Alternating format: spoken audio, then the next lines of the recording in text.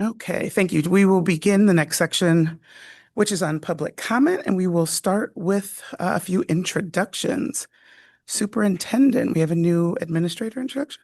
Great, thank you. And I have Dr. Shireen Carver coming up to introduce a new member of our special services team here at the district, and we're very excited about that. So I'll let Dr. Carver take the microphone at the podium. Hey, good evening, Superintendent, School Board, and School Board student representatives. I am pleased to introduce to you Jen Casarino, our new Director of Special Services. Ms. Casarino brings over 2 decades of distinguished leadership in public education with specialized experience in special education, early learning, and inclusive program development.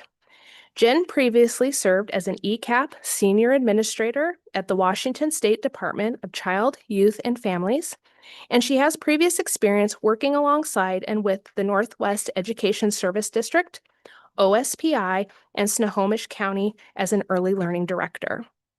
Ms. Casarino combines experience in compliance, data-driven decision-making, and systems analysis with a demonstrated commitment to equity and staff development.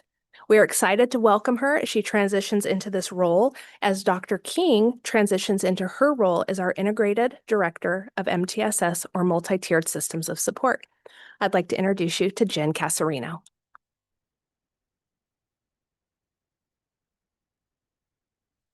Thank you. It's a pleasure to be here, and I'm so very excited to be a part of this team. Thank you so much for welcoming me into the Issaquah School District. I'm excited to get started, and we're going to do great things for our early learners and all of our children who need specialized services within our district. So thank you. Jen, would you please come and introduce yourself and shake hands with our board members, if you can join us over here?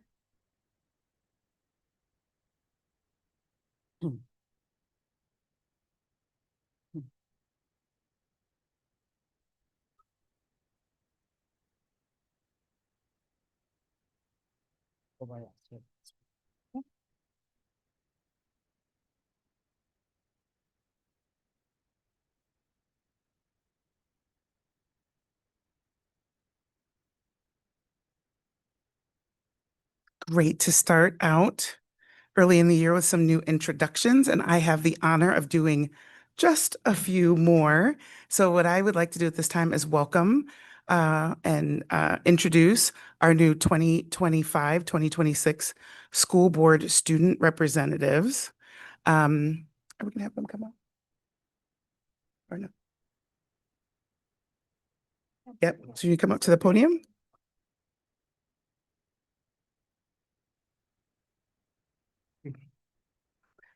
And so we'll start with our Gibson-Eck duo.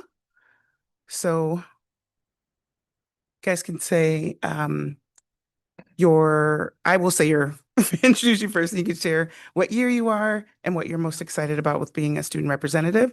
So first we have Milo Walsh. Hi, I am a junior at Gibson-Eck, and I am super, super excited for this year, and I can't wait to learn all about what we're going to be doing this year. Thank you. Micah Payao. Hi there. Yeah, my name's Micah Payo, and I'm a junior this year, and I'm really excited to start doing this program. Thank you. Next we have from Issaquah High. We could both step up there. Start with our returning board rep, Ava. Hi, I'm Ava. Like was stated, I'm a senior at Issaquah High, and I'm also really excited for another great year and to hear lots of different perspectives and opinions. Right. Our new student rep from Issaquah High, Rex. Hi, I'm Rex Garner. Like she said, I'm from Issaquah High School.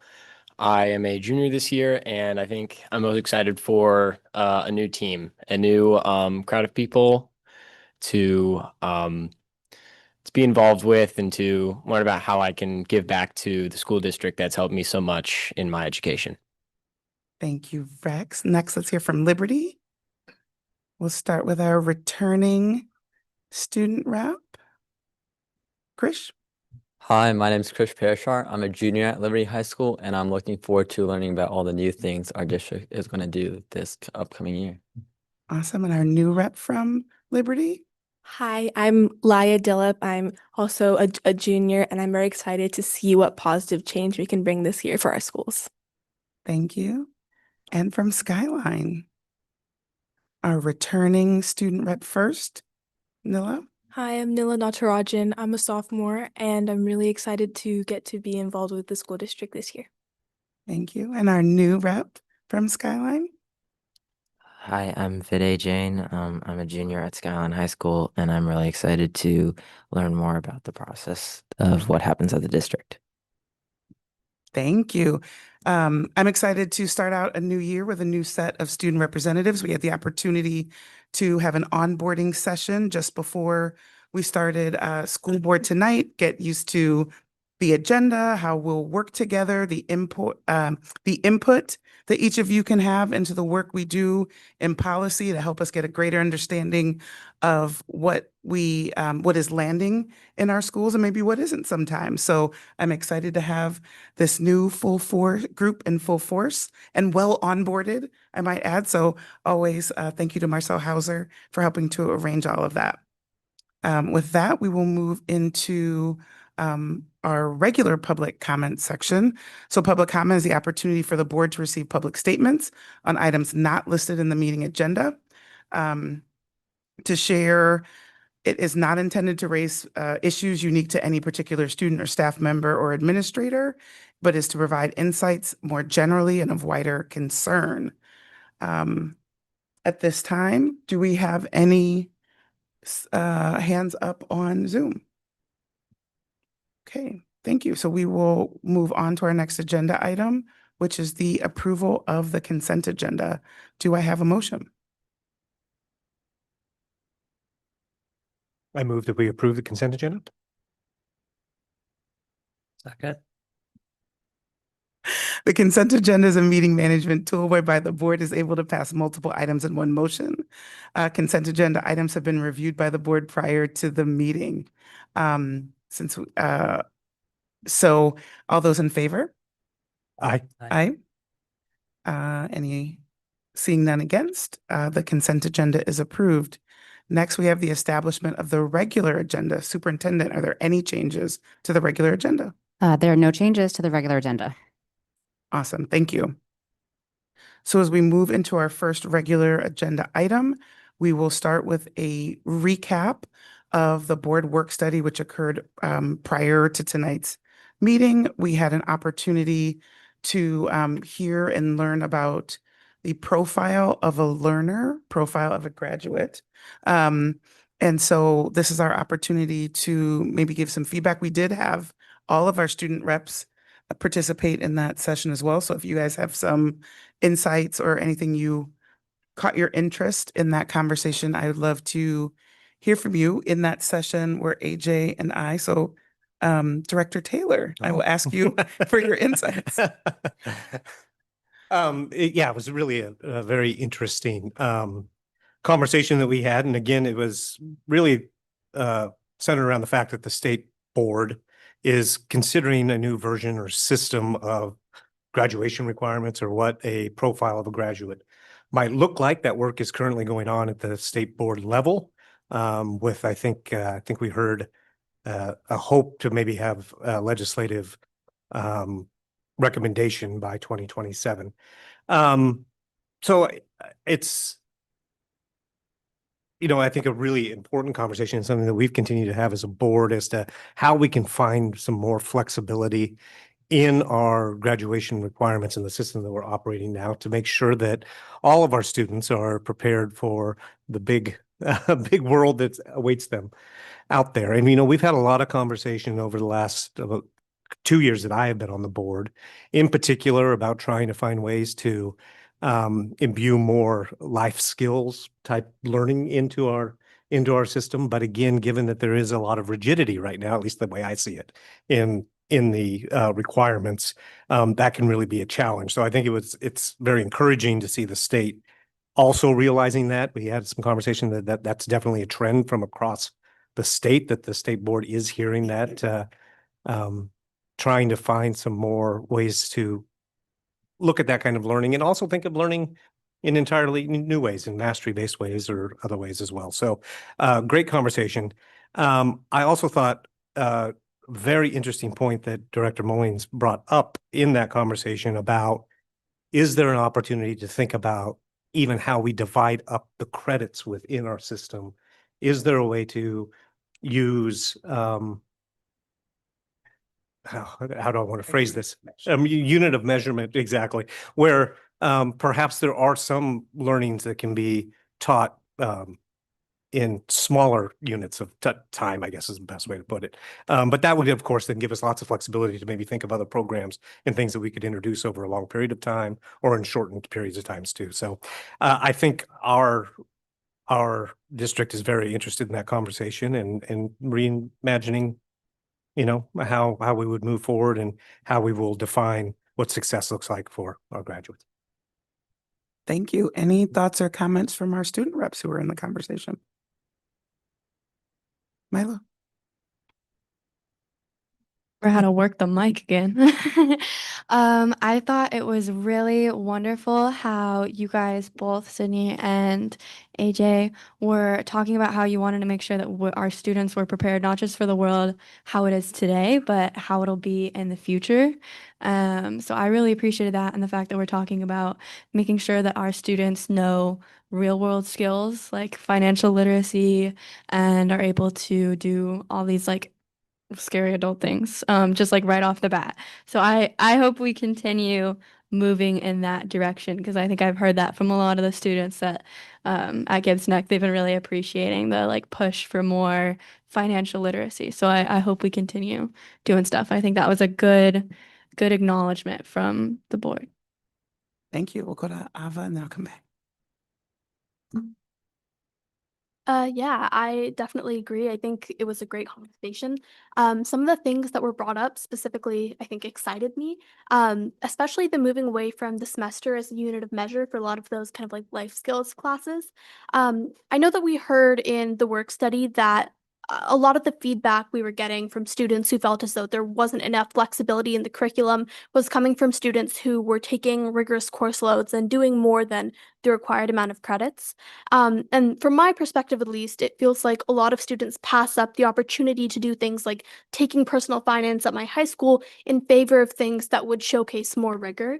And so if we were able to transition away from kind of the semester system for classes like this and reduce the need for students to choose between taking like AP Calculus or personal finance, I think that would especially greatly incentivize students within this district to take advantage of those opportunities and feel as though they had flexibility in both fields. So yeah, that's just something that I thought was really compelling.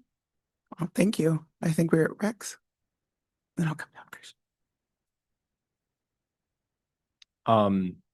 Sorry, the microphone is on. Yes, Yeah, first it time is. using Just it. put a little bit. You can put a little bit closer to you too. Okay, there you go. Is this any better? Yeah. Okay, thank you. Yeah, I really liked I thought it was a really interesting presentation. I think it brought up a lot of good points. I think for me personally and things that I've seen in the people around me is I feel really prepared to go into a specified field, and I see that in others as well, whether it be a robotics path or some other kind of STEM path. I feel like the schools, the systems of school that we have here really prepare students for that. But I think sometimes we lack in just learning those basic adult skills. And so I think we need to keep the foundations that we've built, because we have so many good things, and it's a really wonderful problem that we have. But I really like the sentiment that board member Taylor said in saying and not or, in bringing these two parts of our education together to create a holistic preparatory experience for all students. Thank you, Krish. I thought it was a great meeting. I learned a lot. Some of the things Ava said were great things, and I took away those things as well. I really liked how we compared ourselves to other districts and what they were doing, like with St. Vrain. I think that was a great way to see what our other options and what are the ways we can be successful. The other thing I'm really excited about is this idea of like being more open about the end goal and presenting it more towards the beginning and being like, hey, this is the ultimate outcome.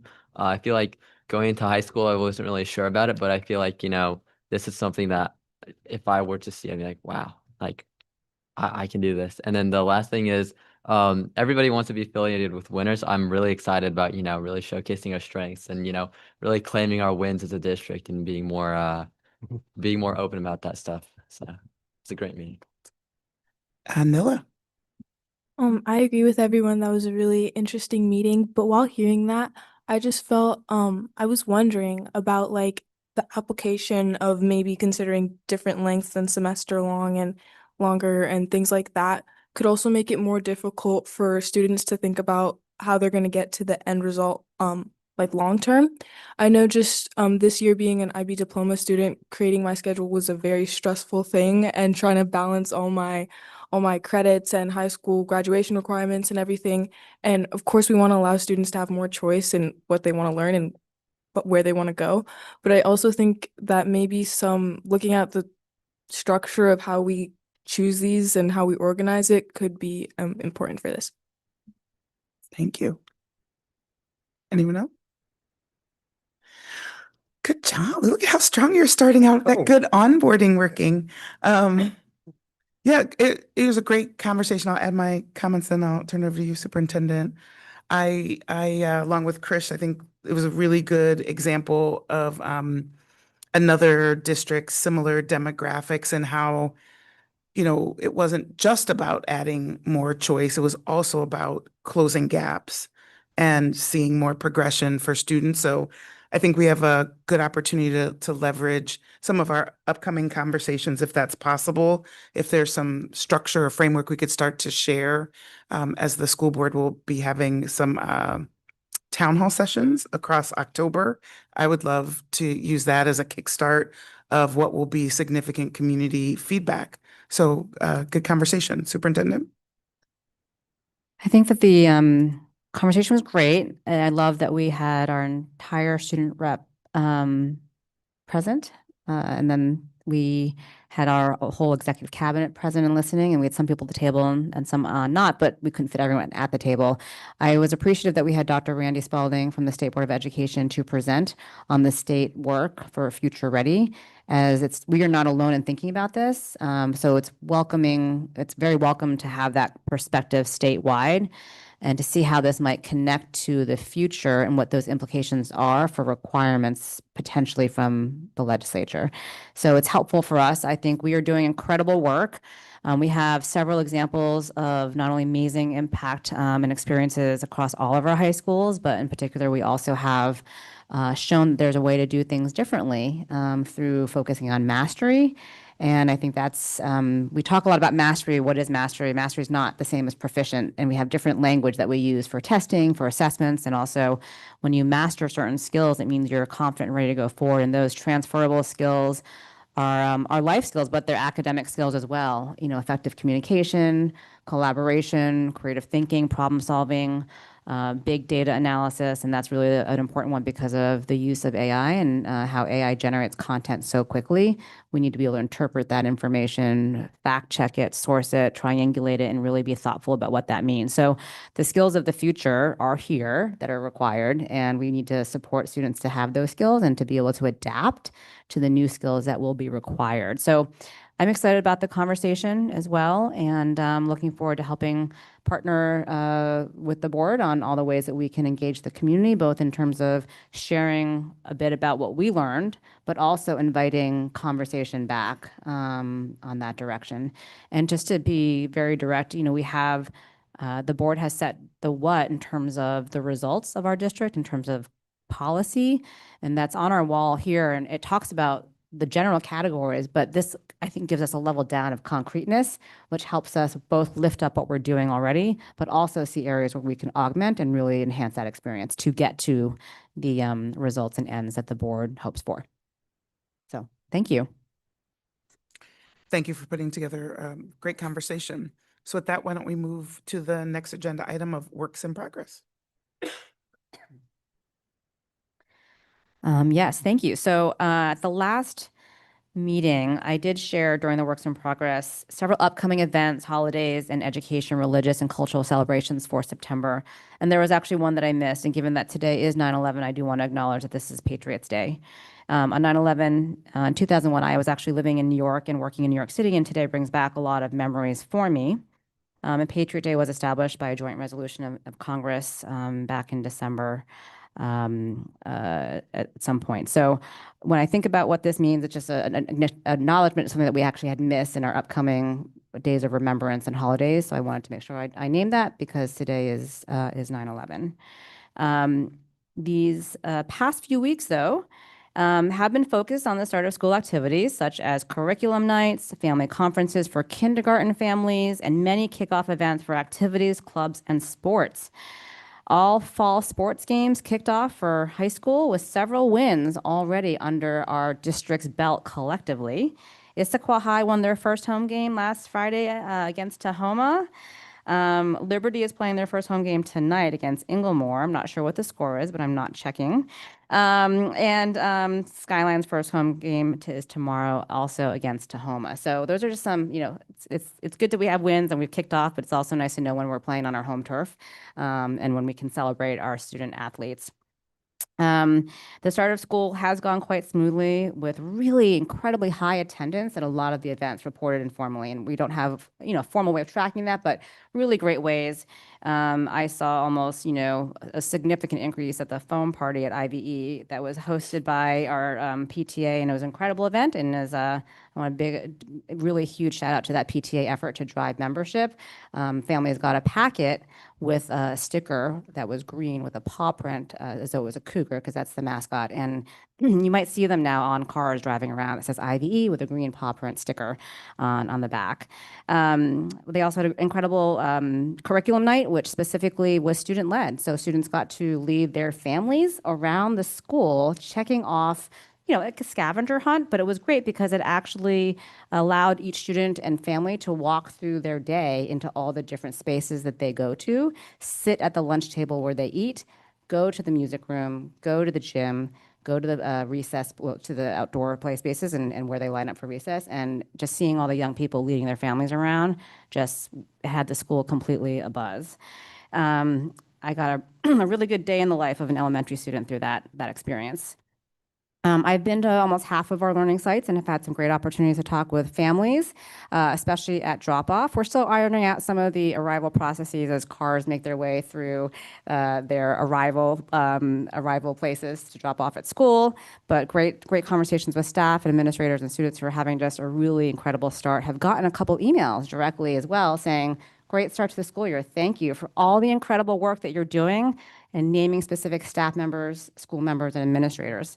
My commitment is to lift up the great work of students and staff every single day, and I have committed to capturing that daily joy and posting on Instagram. So please follow the district's and my Instagram account if you are interested in seeing those moments of joy. And it's sometimes a mini moment, a day in a life, such as fifth graders going across the crosswalk with their stop flag signs in unison and really helping make sure that other students were safe. And talking about durable skills and lifelong skills, being able to be a leader on behalf of your community is so, so powerful. So that's what we're looking at. And speaking of spreading joy and sharing more about the incredible work across our district, our communications team launched the Homeroom Huddle. And the Homeroom Huddle, thank you for those cheers of celebration. The Homeroom Huddle is a new podcast hosted by our very own Robert Miller, and that explores the experiences, challenges, and successes of our school district. Each episode highlights a theme discussed by a dynamic panel of educators, students, families, or community members. The first episode, not surprising, was on preparing for kindergarten. And this podcast really does and will talk about other topics of student well-being, teaching and learning, and also the future of education. So these moments of joy and connection really help strengthen our community, affirm our community, and also promote the incredible work that is happening because people don't always see that in the ways that we can share with them and tell them that story directly. So thank you to our communications team for that effort. This week we had a Levy Advisory Committee kickoff as well, and it was incredible to see. There's a lot of members of this committee. We took we don't have any limits anymore on who we take for our committees because we want to make sure we get as much voice as possible. And so that was a really strong kickoff, and you're going to hear more about that with our Levy kickoff recap here. Some of the amazing things that are also happening really are reflected in these are my final comments, but they're a bit longer because I want to respond to the state's public release. But the state released our Smarter Balance assessment results. And so I will say that what's really powerful to me is to be able to say what great work we are doing. In particular, there were several points that were brought forward by Chris Reichdahl, the state commissioner.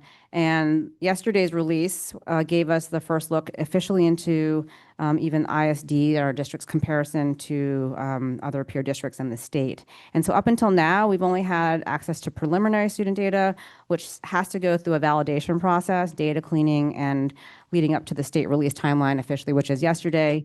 There's back and forth sometimes between the district and the state on that data.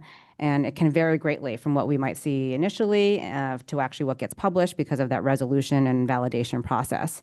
But now our team is moving towards a deep dive by school as well as by different student demographics. And this analysis directly informs our school improvement plans. And we publish this in terms of more user-friendly dashboards for the board to be able to help set a set of inquiry and direction.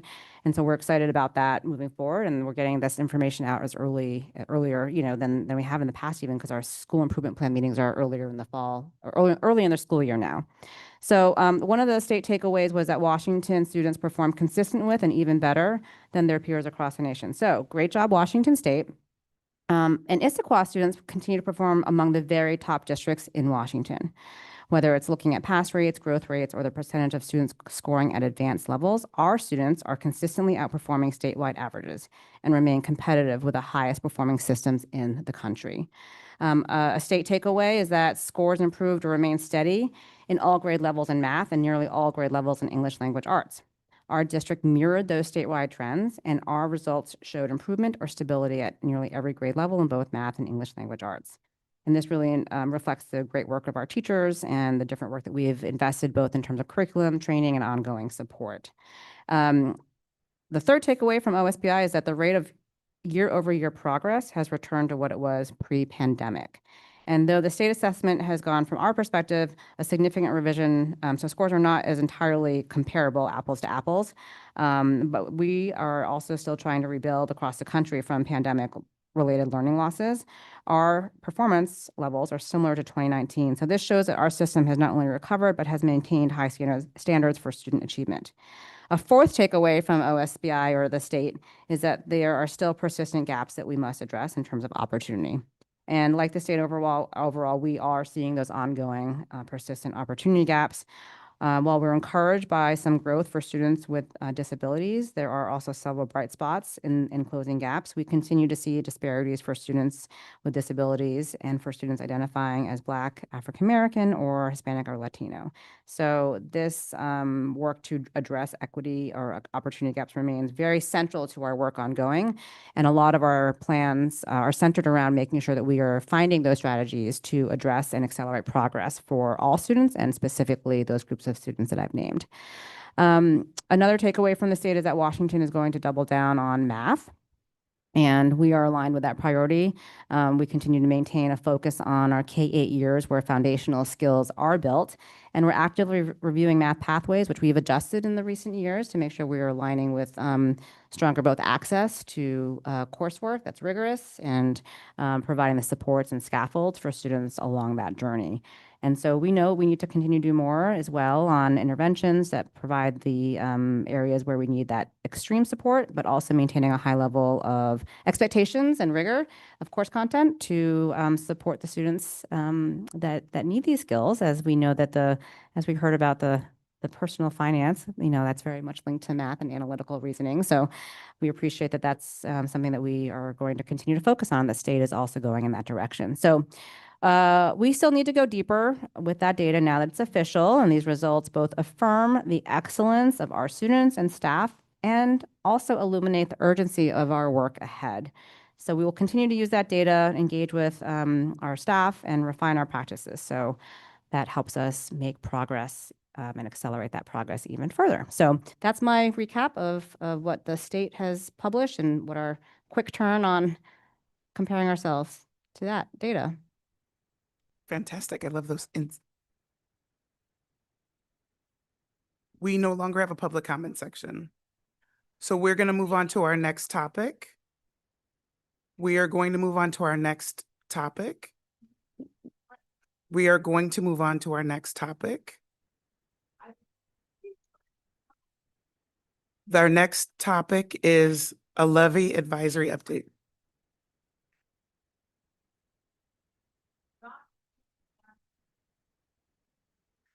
We opened a public comment section. We do not allow anonymous content to be provided. You were informed of that, and you were asked to remove the mask as well. Do not approach. We'll adjourn.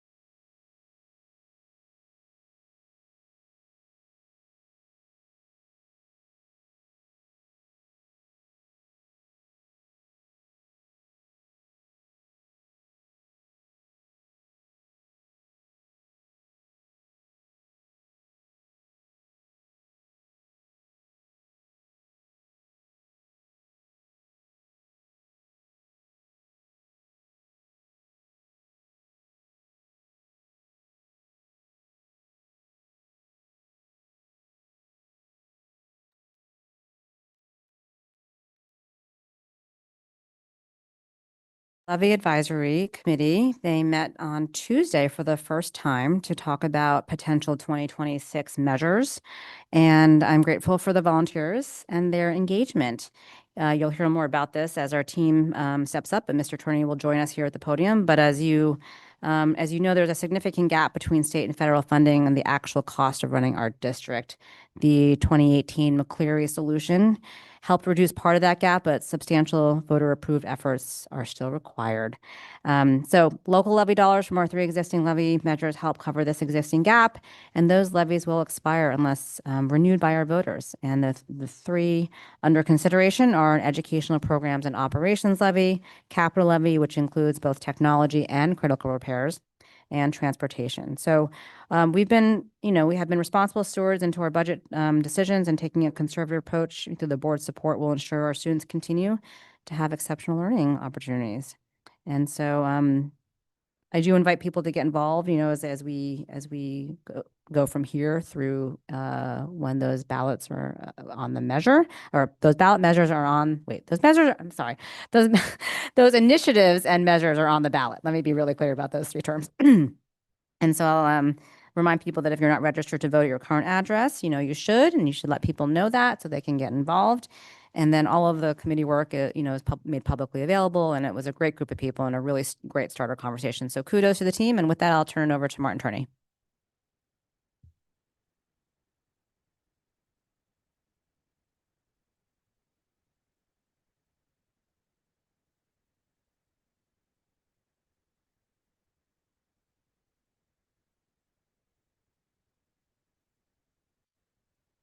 Okay, testing.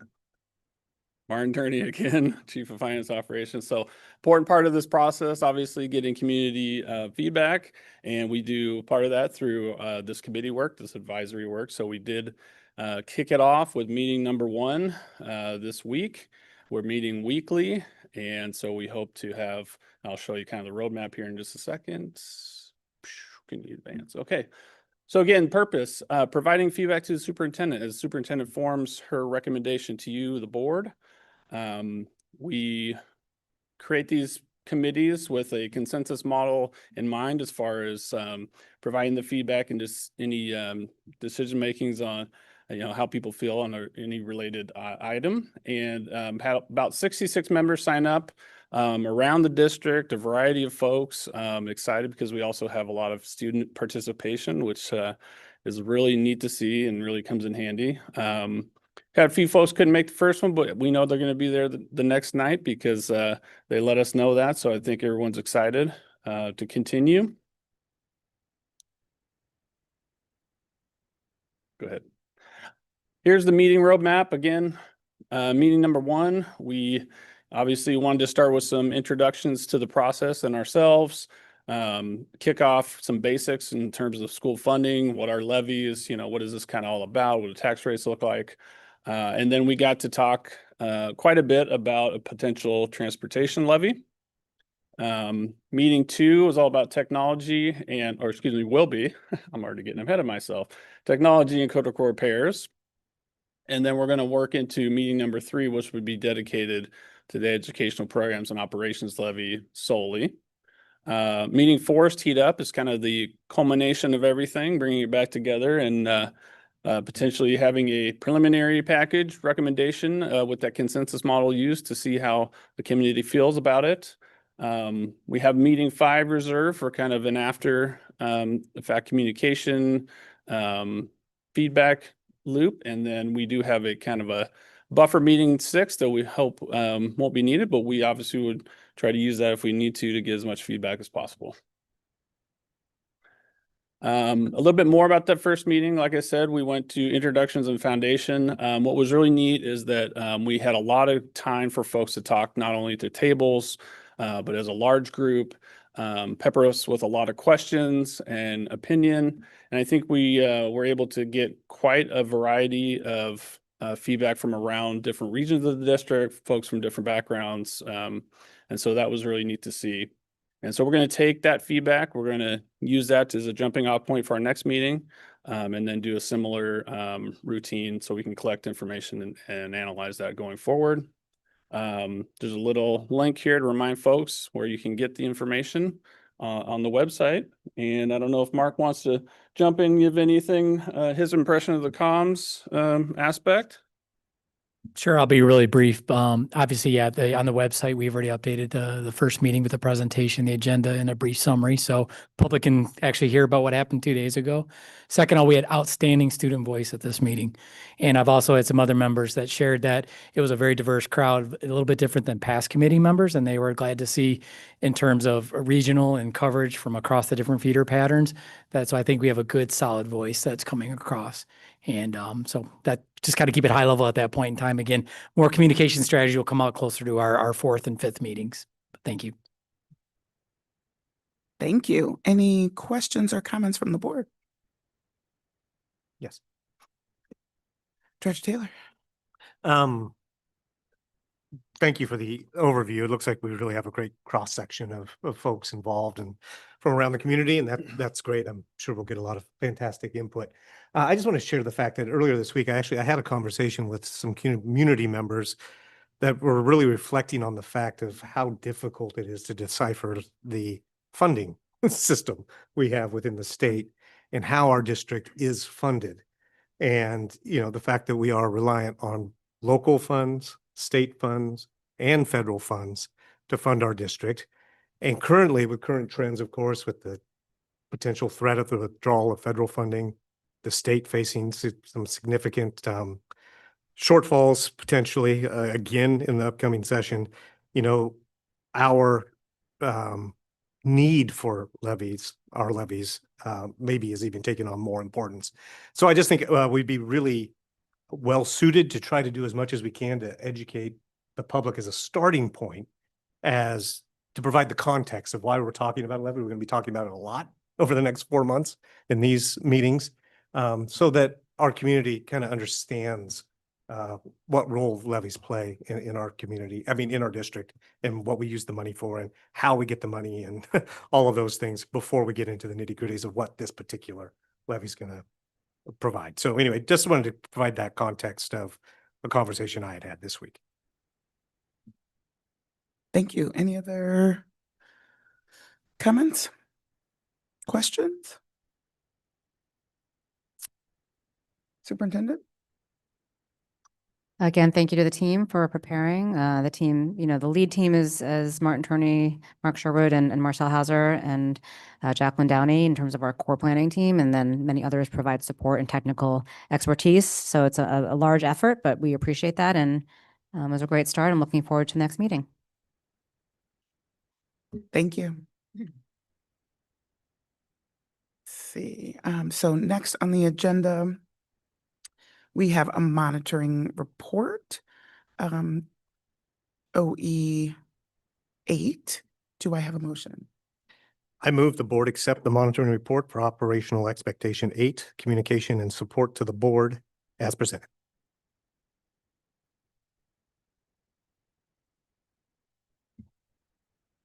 Second. Thank you, Superintendent. Great, thank you. I'm pleased to present this operational expectation for communication and support to the board, and it is a team effort as well. So I want to make sure that I welcome Jacqueline Downey, Mark Sherwood, and Donna Hood, just as primary supports here to join for any questions that might come up through board discussion.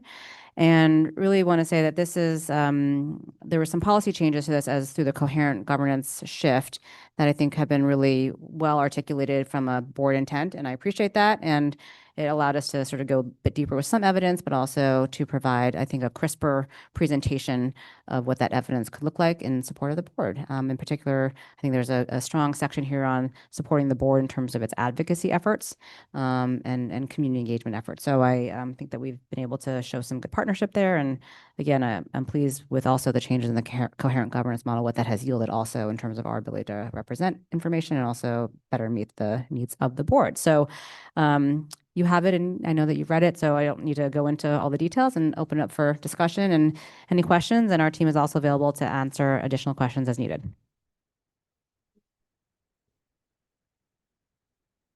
So why don't we start with just checking to see if there's any public input on this particular agenda item before we get into board discussion.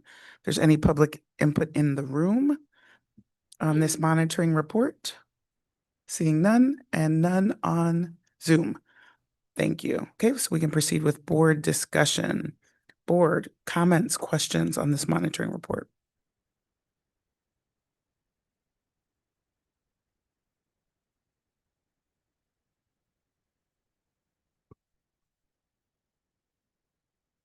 Director Taylor.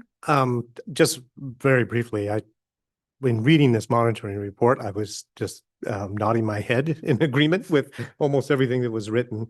And I just make that comment from the standpoint of just how pleased, I guess, I am in the communication with the board on almost a daily basis. So I certainly appreciate that. I recognize the efforts that the staff makes to try to keep us informed, provide us the information we need. And I will say, I think that particularly over the last year or two since I've been on the board, been a lot of effort to provide us more data-rich kind of information that we've required to, in some instances, shorten reports that were perhaps rather wordy and long. But all of that, those suggestions have certainly been taken and reflected back in the stuff that we've gotten. So I just really just to thank you for the work that is done to keep us in the know, so to speak. Thank you. Any additional comments?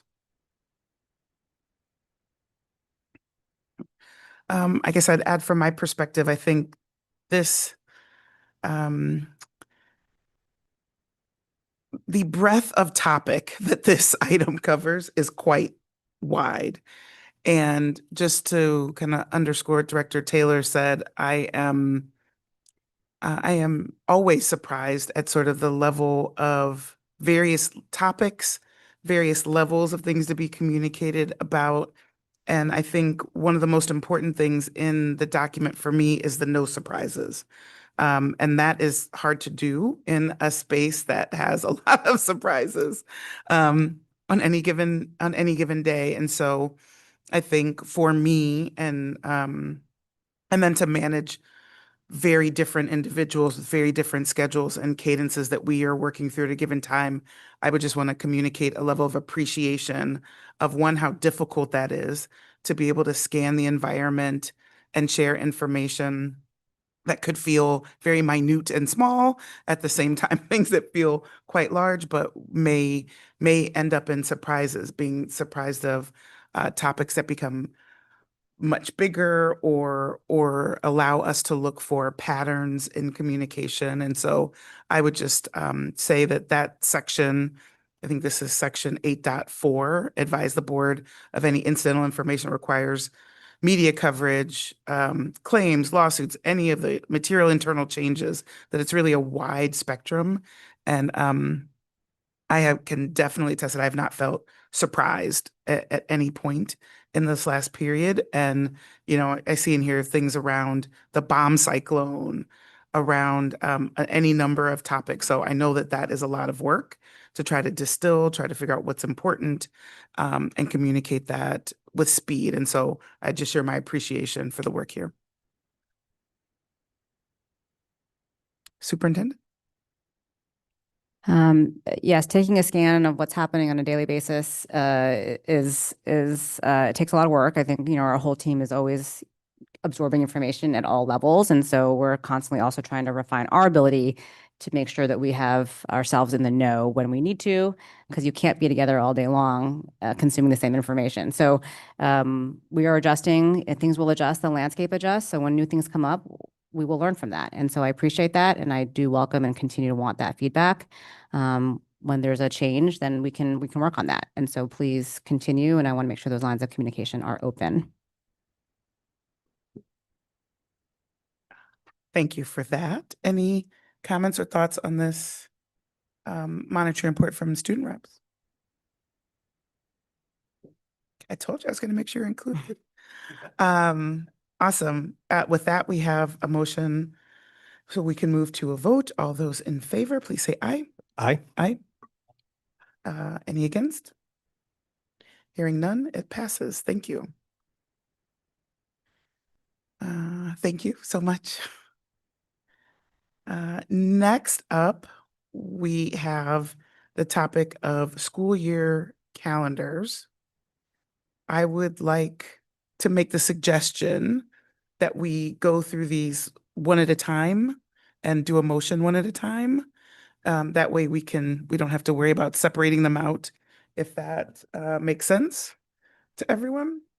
So as we discussed in last school board meeting, we have an incredible opportunity to relook at school calendars within this current school year, which we would normally not want to do, but we wanted to make sure we're being responsive to some of the challenges we had in last year around the bomb cyclone and extra days and other things with waivers, et cetera. And so super important topic. Did you want to start with anything, superintendent, on this one? I appreciate the board discussion last time, and I appreciate the work of Assistant Superintendent Donna Hood, as well as team members on our team to provide that support, and also our president of the Issaquah Education Association, Joanna Uzzle, and her team for coming back to the table to talk about that feedback and really, look forward. And there are a couple years that are a bit weird, right? There's no perfect calendar as well. So it's always one of those things where but yet there seem to be, a very finite set of options at the same time. So it's a complex process. So thank you. And I can turn over Donna if you want to have any framing comments about the process and some of the rationale. Yeah, I thought it would be helpful to review some of the data that we used and considered when creating and bargaining these calendars. And yes, again, a big thank you to my IEA partners for sitting and counting to 180 with me a million times, it feels like. Each of these calendars contains 179 days, and that includes the PD day that we anticipate the state will allow us to count as one of 180 per the PD waiver that was approved by the board in our last meeting. Each of those allows us to shift the end date by one if the waiver is not approved, so we do have some wiggle room for that. Each of them reflects the changes that were made to the collective bargaining agreement. The October PD day being removed, again, total student days at 179 and the total staff days at 180. That does ease the compression on our ECHO programming that occurs over the summer and our other high school and other summer school programming.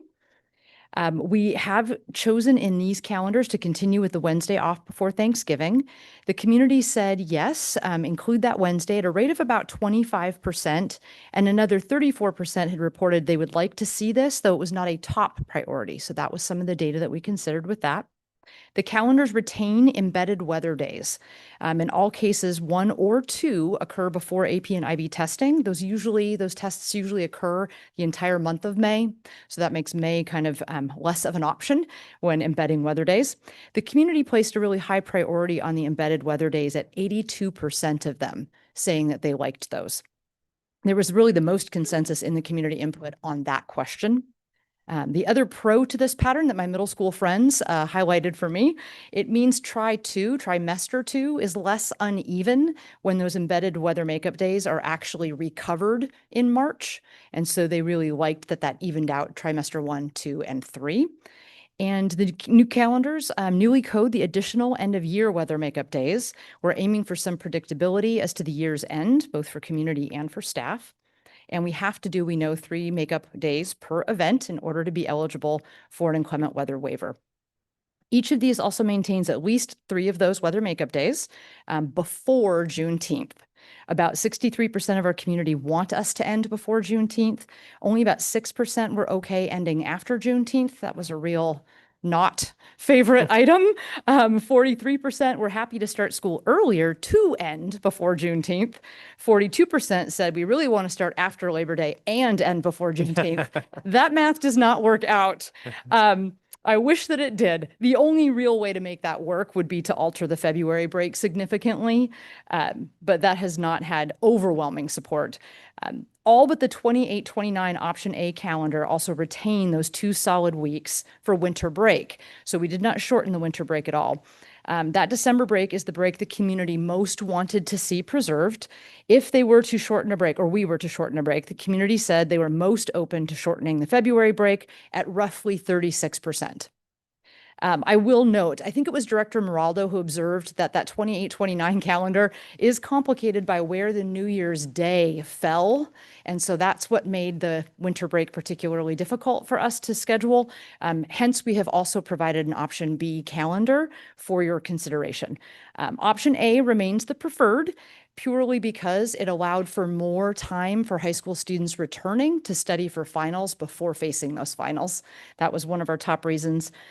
Also, we figured there are some families whose parents go back to work on January 3rd, typically, and there might be some childcare issues that people would face if we did not return until later. So those were some of the considerations that were really top of mind for us on that one.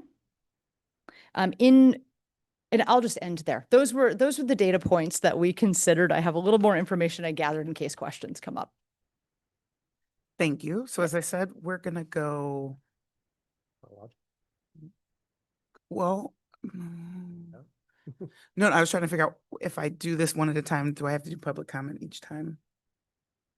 For each motion? Okay, yes, okay. I still think it's better to do it one at a time, but we'll do it that way. Okay. So we will go chronologically from the top with a motion and a discussion and public comment, discussion. Okay. I move the board approve the revised school year calendar for 25-26 as presented. Second. Thank you. Okay, let's do any public comment on the 2025-26 calendar school year. Any in the room? None on Zoom? So seeing none, we can have board discussion on the draft for 2025-2026. Yes, Director Gallagher. So I'll go first, just say that I would like there to be consistency throughout all of our calendars. So if we're going to move to having 3 days that we identify in our calendar as extra days or makeup days, then let's stay at 3, 4 on some years, 3 on the other. Like, let's set a standard that we're going to have our community expect, because that signals to them, and we can communicate, hey, in general, if we have a long event, we have to make up 3 of them. And then you can know when you could actually plan something post the school year ending. I think that's what we ran into this year. And even having an 8th grader, like the 8th grade trip to DC had to get rescheduled, and we lost a lot of students. And so it was a huge impact. If we knew, and if our teachers knew, like, hey, well, we know we'll have to make up until X day, then that's realistically when things can start to be planned. That will be helpful for our staff and for our families. So that's just a general thing, that regardless of what happens with the calendars tonight, if we just set that as a standard. Thank you.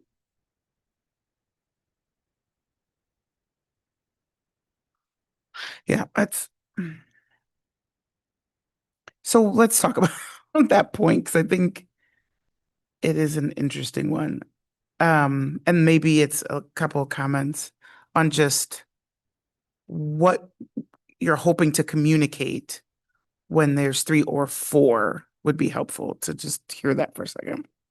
Yeah, the inclement weather waiver application that the state produces requires that you make up 3 days per event. So there is some impetus to have as many weather days calendared as we can in the event that we need them, so staff know when they would be expected to report to work if we needed more than the 3. I did pull some data from previous years to see about how many days we've needed in the past, just to be informed. In 1819, we had 6 total closed days, and in 1923 total closed days. Of course, both those years we didn't have the embedded weather makeup days, so they were all added in June. Since that time, since 2021, we've had 1 day per year, except for, of course, our bomb cyclone, which brought us up to 5.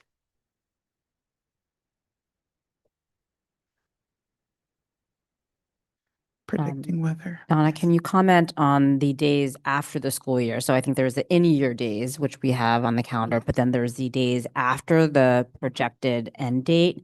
And the pattern there is that they're running up to the 19th. Yes. So that's why there's some inconsistency, as Director Gallagher notes. Yes. Is there commentary on that? Is that from your point of view and the union's point of view about just signaling that those are days between the end of day, the end of school year plus the 19th, or is there room to discuss how that gets represented on the calendar just as a formatting thing?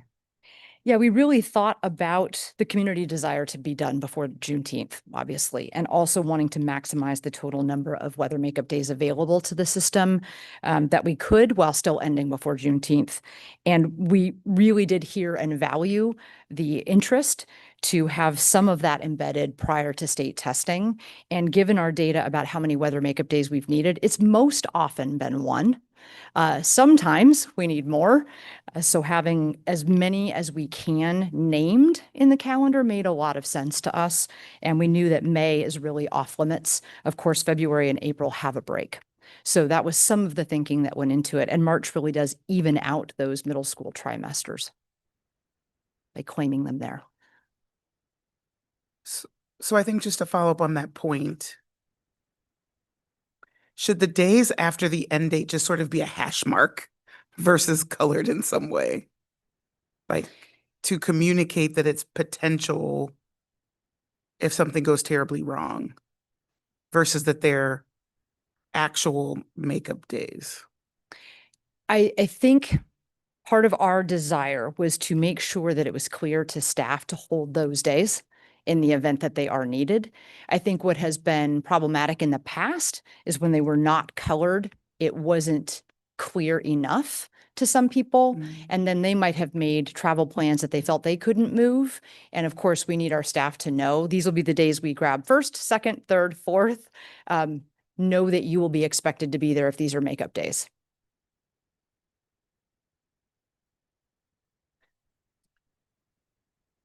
So I know it's important to our community that we get this year's calendar made up. So I have less quibbles about that because I want to get this calendar across the finish line. So I'll reserve most of my comments for the next one.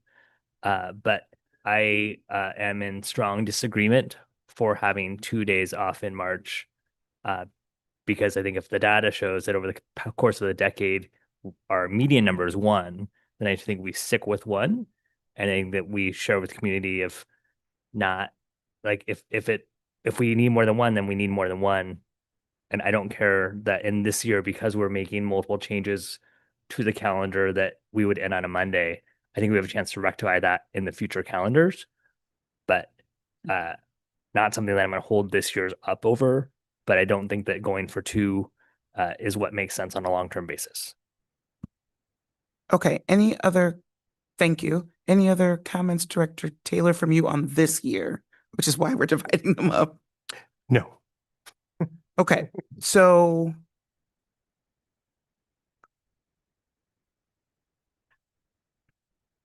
I understand the comment about trying to signal the need for them. And it gives me just the strangest feeling. I have no good reason why. So we'll move to a vote on the current year. So we have a motion. All those in favor approving the 2025-2026 calendar, say aye. Aye. Aye.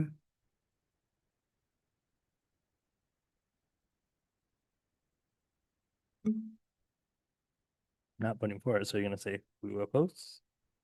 I am, but I thought you were going to say something else first. All those opposed? Nay. Okay.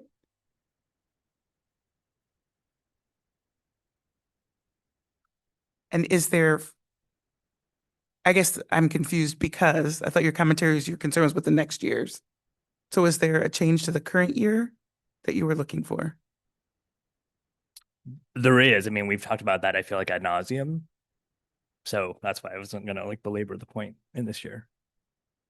It would be helpful to maybe give more voice to it. So I think that in general, we want our best effort at data to drive our decision making. And as I said, if the median number over the course of a decade is 1, we either have 1 day we missed or we miss a whole bunch. It's kind of like there's not really in between. And so I think that having it's 1 protects us. 2, it's either we go 1 or we go 5. And so 2 doesn't solve that either for me. So it's not 2 isn't a feel good thing for me. 2 is a calendar manipulation thing for me. And that's not what I'm in favor of, which is why I want to speak to that in the next year. I think it will be more evident for why this year is problematic to me. But we've already started the school year. So like it's kind of like we gotta just kind of get this through. The next year, that's why if we talk about the next years, I think that'll be more clear why this year could have looked different. Obviously not because we started school year already. Meaning, as an example, if the modified calendar showed that we went to school on the Wednesday before Thanksgiving, we could end that Friday, June 11th. And ending Friday, June 11th, since we started school on August 27th, that makes a lot of sense to me. So having the opportunity to end on a Friday, yes, barring weather, I get that. But especially since this school year, you may recall, or last school year, remember, we went to like June 27th.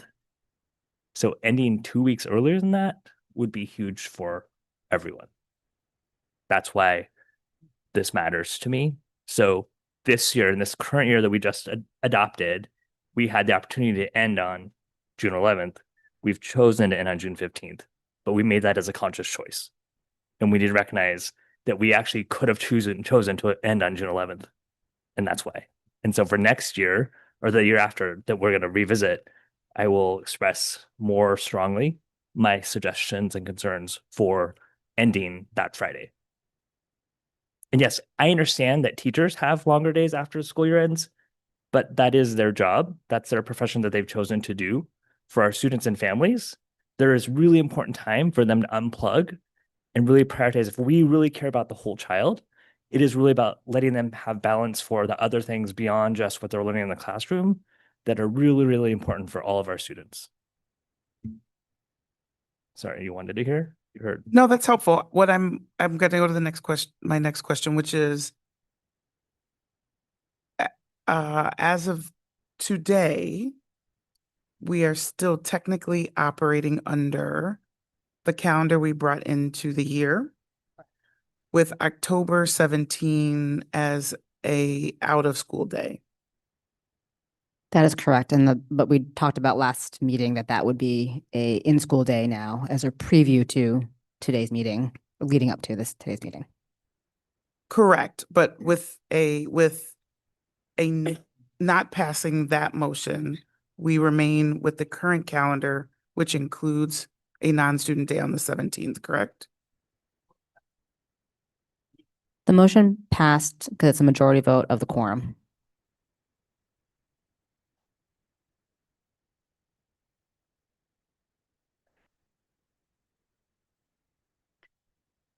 Okay. Okay. All right, so let's move to the next one. You would like a motion? I would.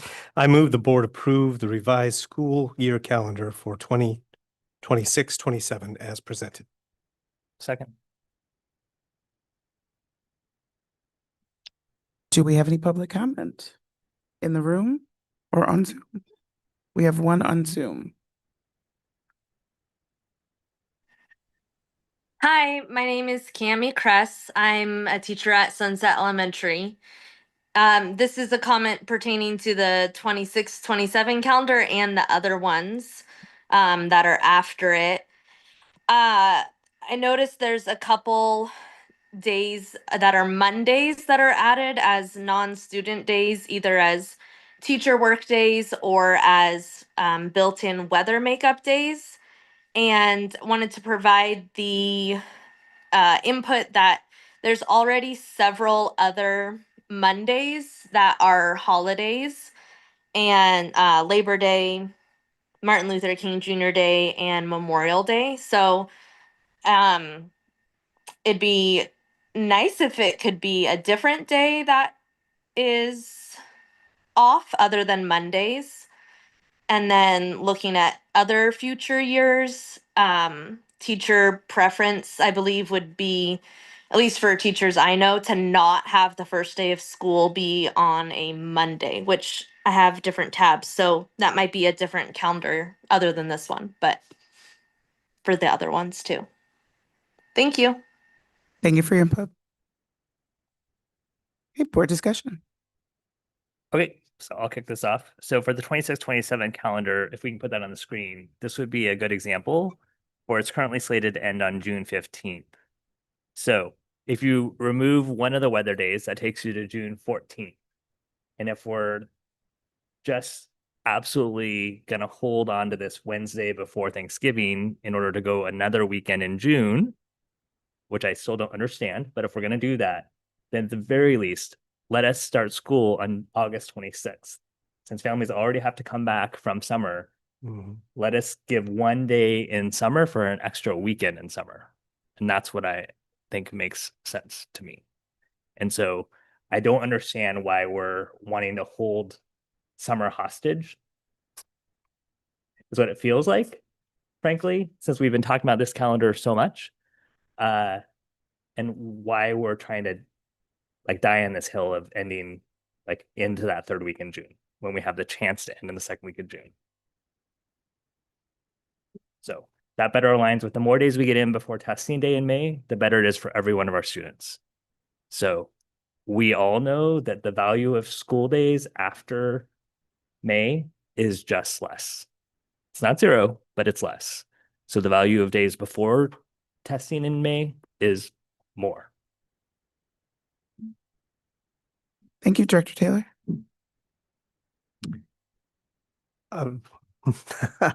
Well, that argument makes sense to me. I have two questions, and one of them, my first question predates my time on the board, which is when and why did the practice of the Wednesday, including the Wednesday off before Thanksgiving? So I think I've asked this question before, but can somebody just give me a quick history lesson how we got there? Because I too have always questioned that to some degree, but I don't have the background. Perhaps. We're only 2 years into it. It's just so it was right just I joined. to be clear. Okay, we had that argument back there, up here, like lots of arguments about that Wednesday. So there was, I'll give you my impression, you can go back to the data. So there were significant calendaring discussions intra and post COVID on calendaring. And there was a survey or more than one survey completed of community preference, on which almost on every topic, our community has interesting and different preferences.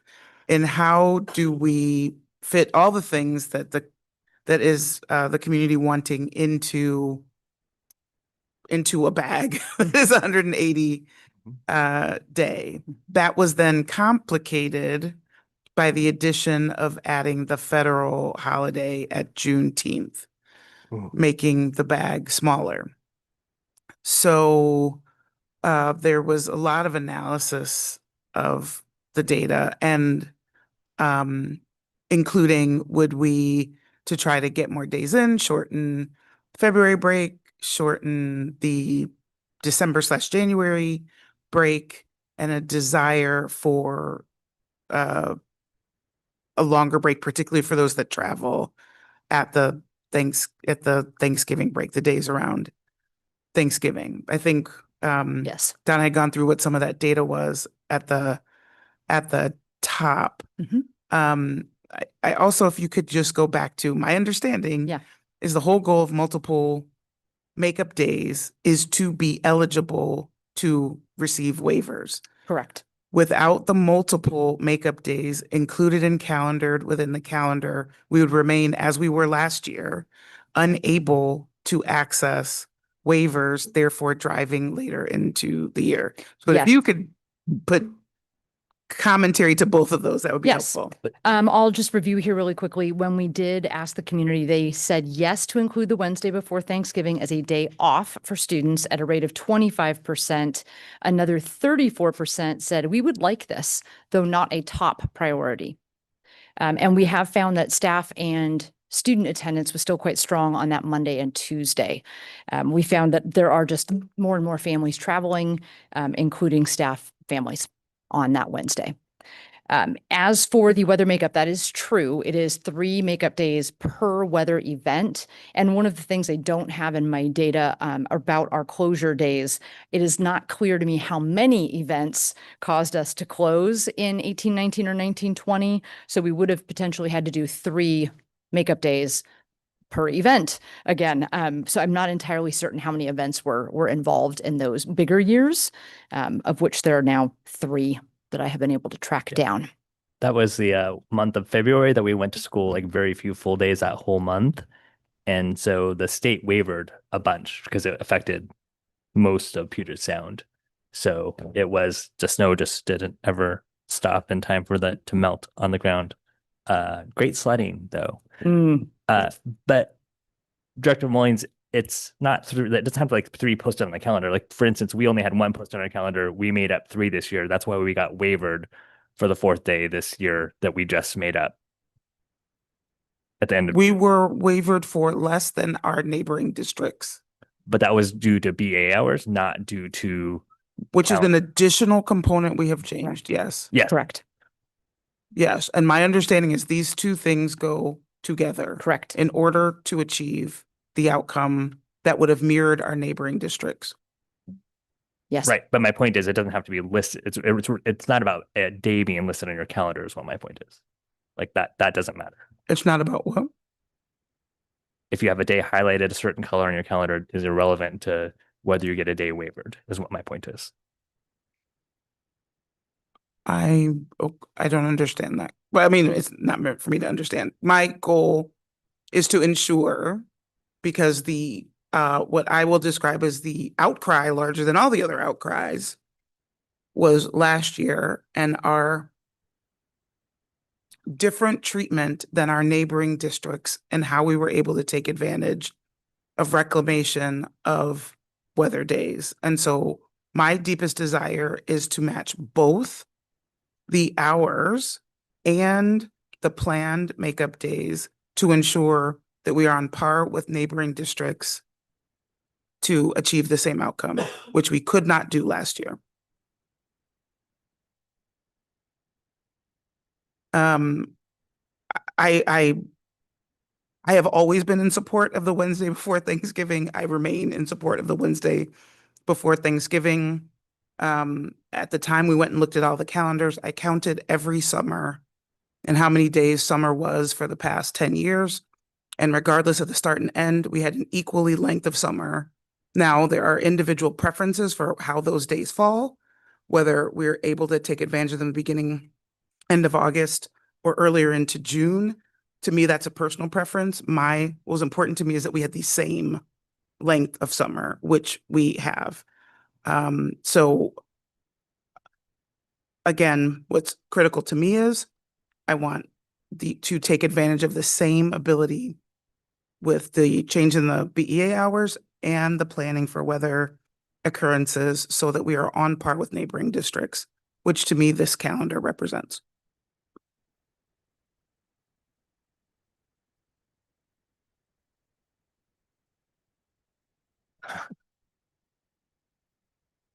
I'm chuckling just because I never thought when I joined the board 2 years ago that the issue of calendars would flummox me more than anything else. But and I feel I'm not sure I'm even clearer of mine now than I was 2 weeks ago when I was trying to have this discussion with COVID. So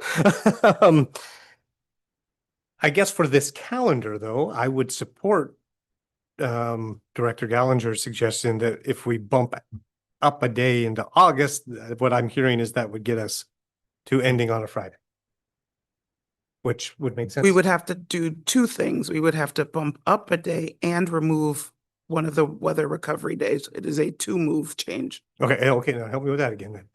So if we remove the weather recovery day, that does not jeopardize the waiver because we have the other 2 built in the end.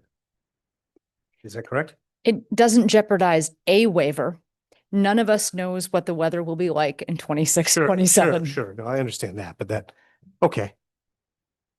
And Director Gallinger, do I hear you saying that you would prefer to move to the 26th on a start date and remove one of the makeup days? Yes, calendar if the meeting. median number that we use over the past decade is one, then I think we should have a calendar that represents one. If we're going to align with our neighbors, if you look like a Washington School District calendar, it's one. I would support that. Well, I would, I guess I would land on two, but that's, we were just trying to talk about being consistent. So I just support the idea of trying to get out on the 11th, and however we can do that makes sense to me. So is there any more discussion needed on this calendar? Oh, Yes, Ava. This is just a question I have as a student rep coming into this conversation for the first time today. And I know you've discussed it a lot, but when we're thinking about trying to end in June earlier, I am also wondering like why we're hesitant to kind of move that August start date forward a lot more, because I've had a lot of conversations with like AP teachers and students that I know that in AP, and I'm assuming IB courses as well after AP testing, there isn't a lot of content. And so I was just wondering what that conversation was or looked like. Yeah, I think that's why you're here. I don't think you're hearing hesitancy about that necessarily, because that's what you heard me saying about, that's what we talk about May and the month of testing. And days before May, valuable, days after May, less valuable. In this particular batch of calendars, we also didn't adjust the start dates that had been previously voted yes. So we didn't change them. Instead, we shortened the year. Chris. Let's get started into this. I want to hop off or bounce off what something Director Taylor said. I don't think going into this role, a calendar was something I'd be arguing about. But going back to what Director Gallagher said, I think a day before May is arguably a lot more valuable, just because with all testings and finals. Whereas, I can speak for my experience last year was, it was after testing, there was just a whole lot of nothing to do for the extra month and a half we were there. So just providing that. Thank you. Other discussion?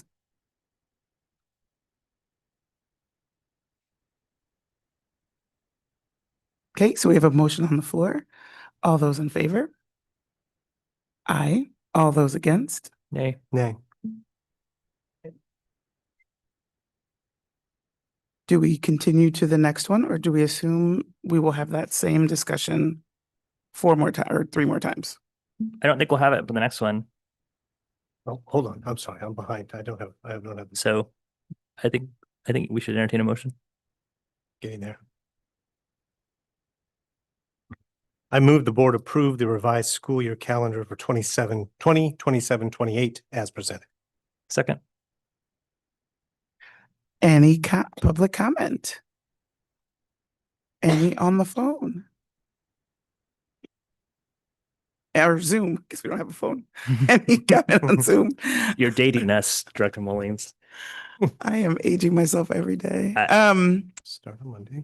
Board discussion. This one has a single day.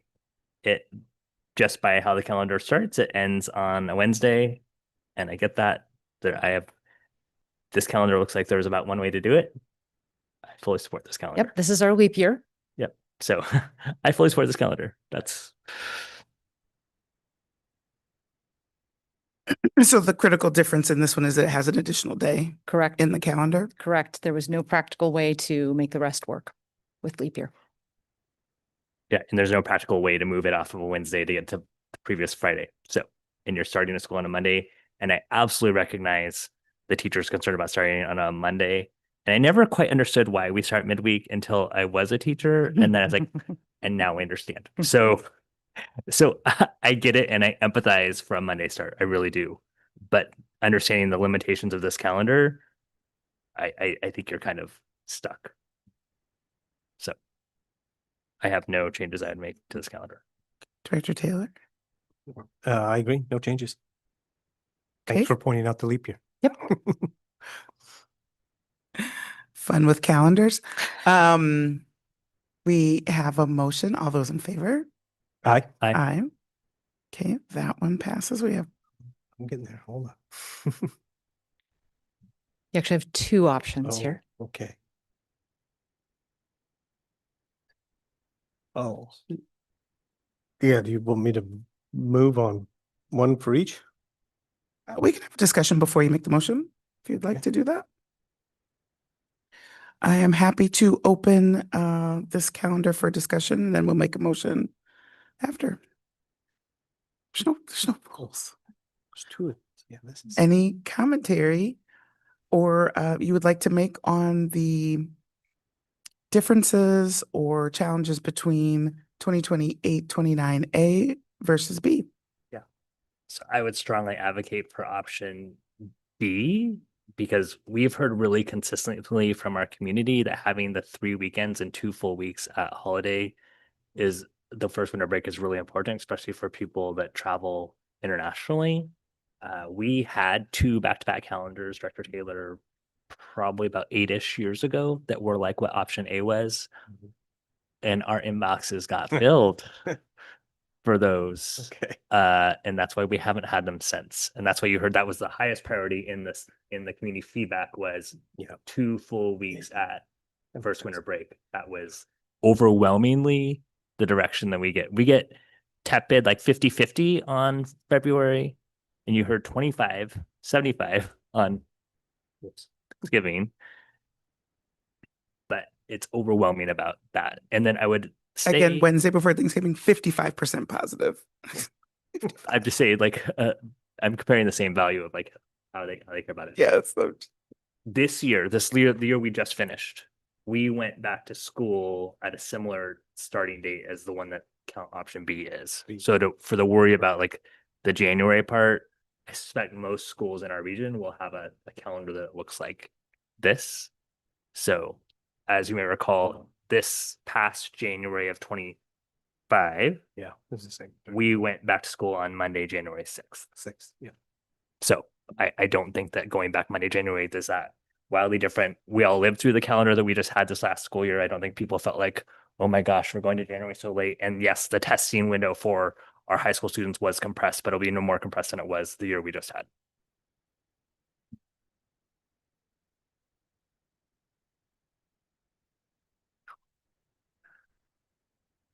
any other thoughts or comments on A or B?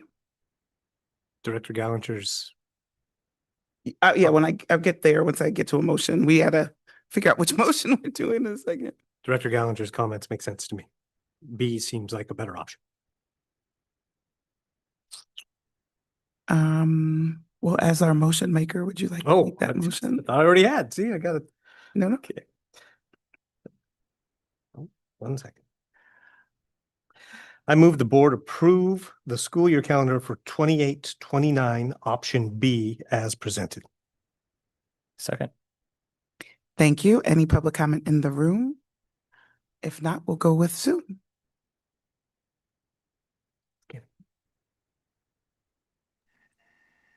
I take it there's none in the room.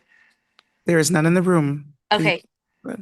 Cami Cress, again, Sunset, wanted to voice support for option B and the idea of moving the start of the year from August 28th to be a few days before, so that it could start on a Thursday or Friday. Just again, like Director Gallinger acknowledged, the first week of school being a full week is, I think, going to be very hard on students. This week right now is our first full week, and it's just seeing the fatigue in students. And I think it's very helpful for students to be eased into it with a short first week and then a shorter week with Labor Day. So from a viewpoint of an educator, that's my opinion. Thank you. Thank you for your input.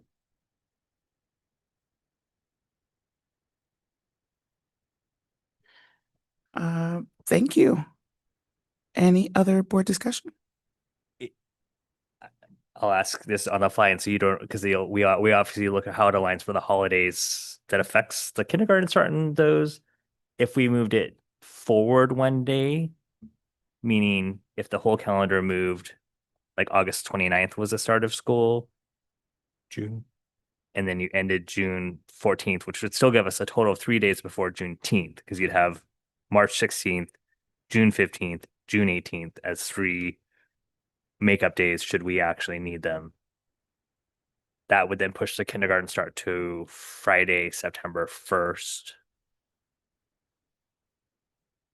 Is that even possible? Navigating around all the other things you have to navigate around the beginning of the year? And you may not be able to answer that right now in the fly. Yeah, I get that. I mean, lots of things are possible. Is that ideal? No. I think one other thing we definitely considered at the table when we move back, much like community doesn't like to start too much before Labor Day, we also see a little bit of compression with New Hire Academy, which backs then up to all admin. So everything we do really starts August 1 to launch the year. So the earlier and earlier we start, the more and more those obligations for administrators are compressed a little bit. And for our new teachers coming into the system, we typically offer about a 5-day New Hire Academy, and we want to give them a little breathing room to get into their classrooms and get established. So that's another component of it. A Friday start, I mean, is that doable? Yes. Anything. I love to maximize those named weather days. I think that was a shared interest just because we often have seen ice causing also delays and closures. And so that's just top of mind for us right now, in addition to other big snow events. Yeah, no, it wouldn't be moving the calendar back. It would be moving actually forward one day. Yes. Sorry, I used the wrong terminology. I did understand you. Super Thank you. The question that I would ask is about K attendance. If families are new to the system and they have one child and they're starting K to start on a Friday, then brings them into the long weekend, I think they might forego starting that. But they're not Okay. starting on Friday. Remember, Start on they're Tuesday. doing the conference. They'll have their conference before that first day of school. So their conference actually would be that Tuesday, Wednesday, or Thursday. Yes, but and then there's the starting with new ones to school, potentially getting into a small routine, but then having to be disrupted again by a 3-day weekend. So I mean, it's part of it's good to get under the belt with kindergartners. 2 days of routines. I did see some kids learning how to blow their nose this week. So Yeah, I would be fine supporting this calendar as presented in option B. I'm just saying, if there was some desire internally for there to be discussion about the Monday start, I'm not opposed to that coming back to us. I guess that's all I'm trying to clue in to. That's all. That's fair. That's Thank you. Thank yourself. you. It sounds like we might be ready for a motion then. Well, I made the motion. You did? Yeah. Oh, good. We have a motion on the floor. All those in favor? Aye. Aye. Okay, so our only challenge is 26, 27 then, correct? Okay, is there any additional clarity or information that would be helpful in that one? I think I have what I need, and I know how to find you. Thank you. Thank you. Okay, let's keep moving forward. What's The next one is a 3-year waiver for the 180-day school requirement.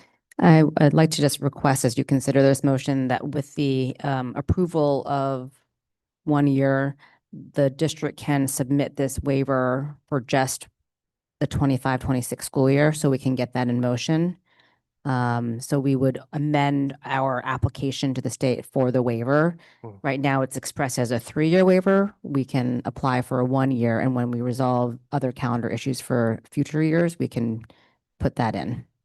But it depends on the calendar being approved, so we can have those days and expressed. So we don't have those approved yet. So we can amend our application, which has not been submitted yet because it's pending board approval, to say a 1-year waiver in the action being taken. And in the actual application for the waiver, we would deselect the waiver days requested for the future school years. Okay, and so then with that, we would need to Amend the amend motion the language. motion Mhm. language. And swapping in a 3-year waiver for a 1-year waiver for the 25-26 school year. Okay. Do we have to move to amend, or can I just make the? No, you will make the amended motion. Okay, I will make the amended motion then. I move the board adopt resolution number 1246, requesting a 1-year waiver from the minimum 180-day school year requirement of the basic education program for the 2025-26 school year as presented. Second.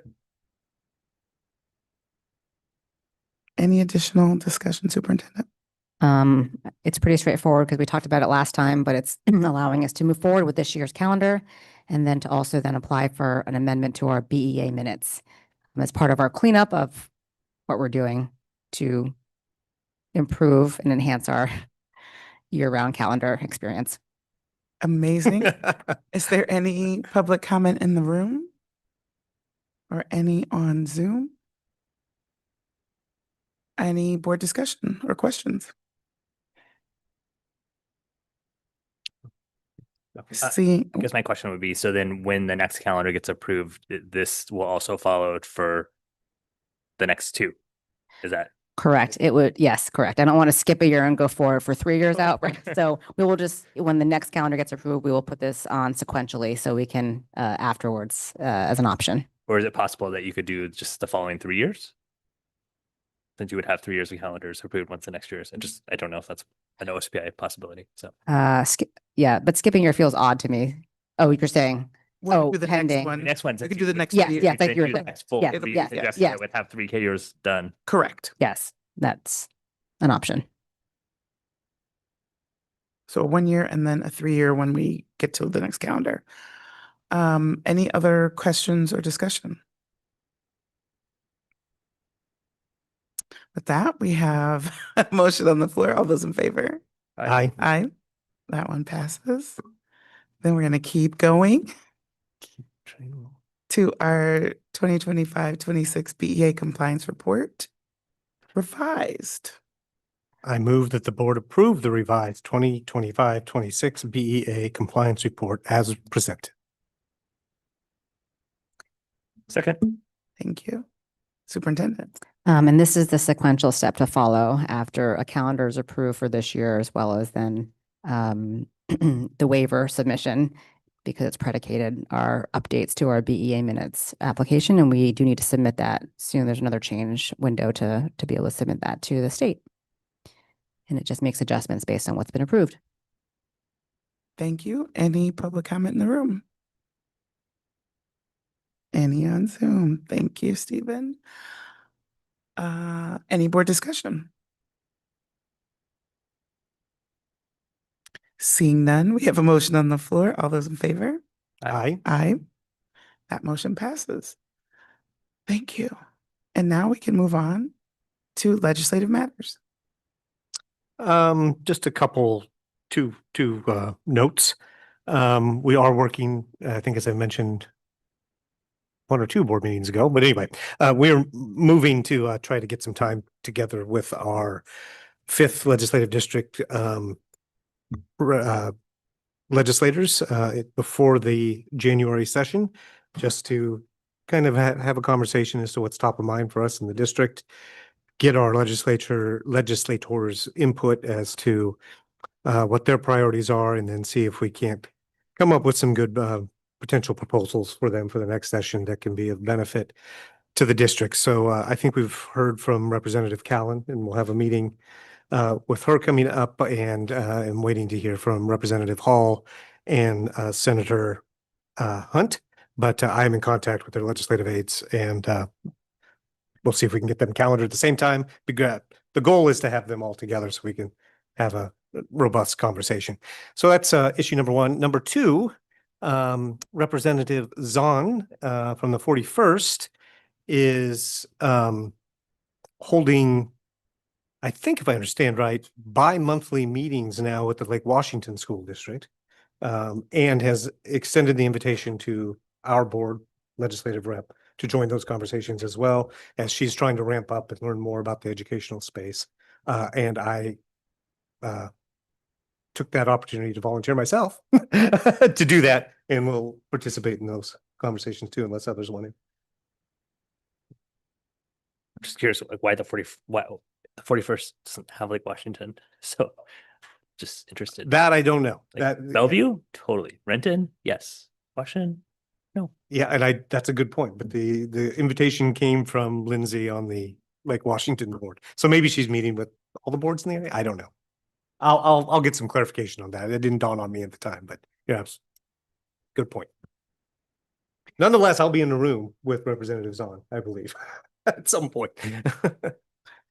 Thank you for that. For our student reps, old and new, I will clarify that normally we let you go around 9, but also know around legislative matters is a good place to also make your exit if you would so choose. Yes. Just making sure you feel comfortable doing that if you would like to. Otherwise, we only have a couple more topics. They become administrative in nature. So just, I know it'd be a little awkward the first day, like walk out. So this is kind of your moment if you need to, although we're making good timing today. So next we have announcements and correspondence. Are there any additional announcements or correspondence for the board to share? Seeing none, we will move on to calendaring and future agenda topics.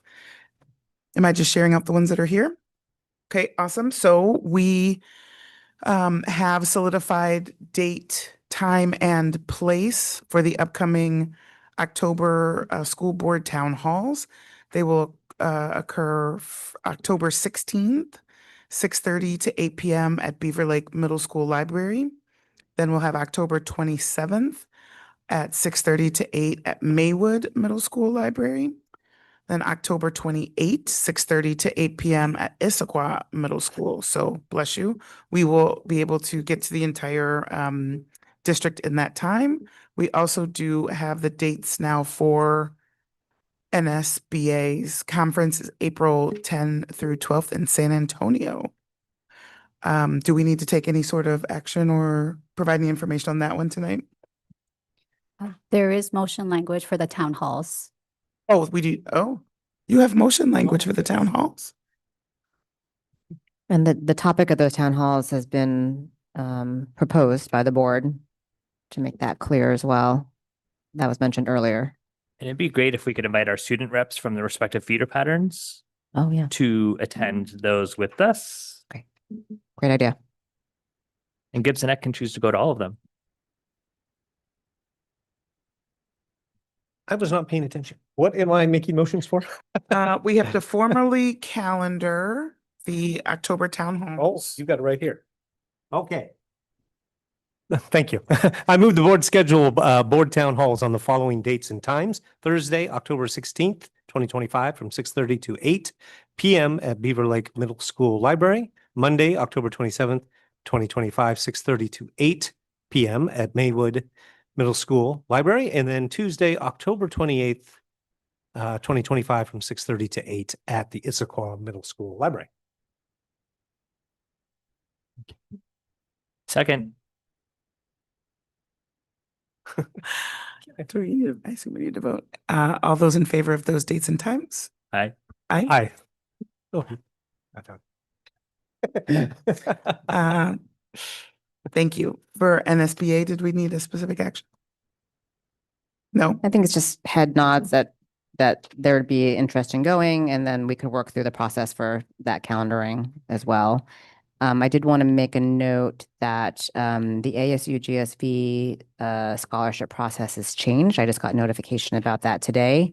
Anyone can nominate anyone to attend, and there are no more just package scholarships by institution. So if the board, we can add that to the agenda for next time, that if the board wishes to be nominated for a scholarship, we can put that forward on behalf of the board members. Although I do believe it conflicts with the public school vacation that we have on the calendar. So there's one more item here. 3031. I have no detail on this former student request for interview. Oh. So are we looking for a board member to have this conversation?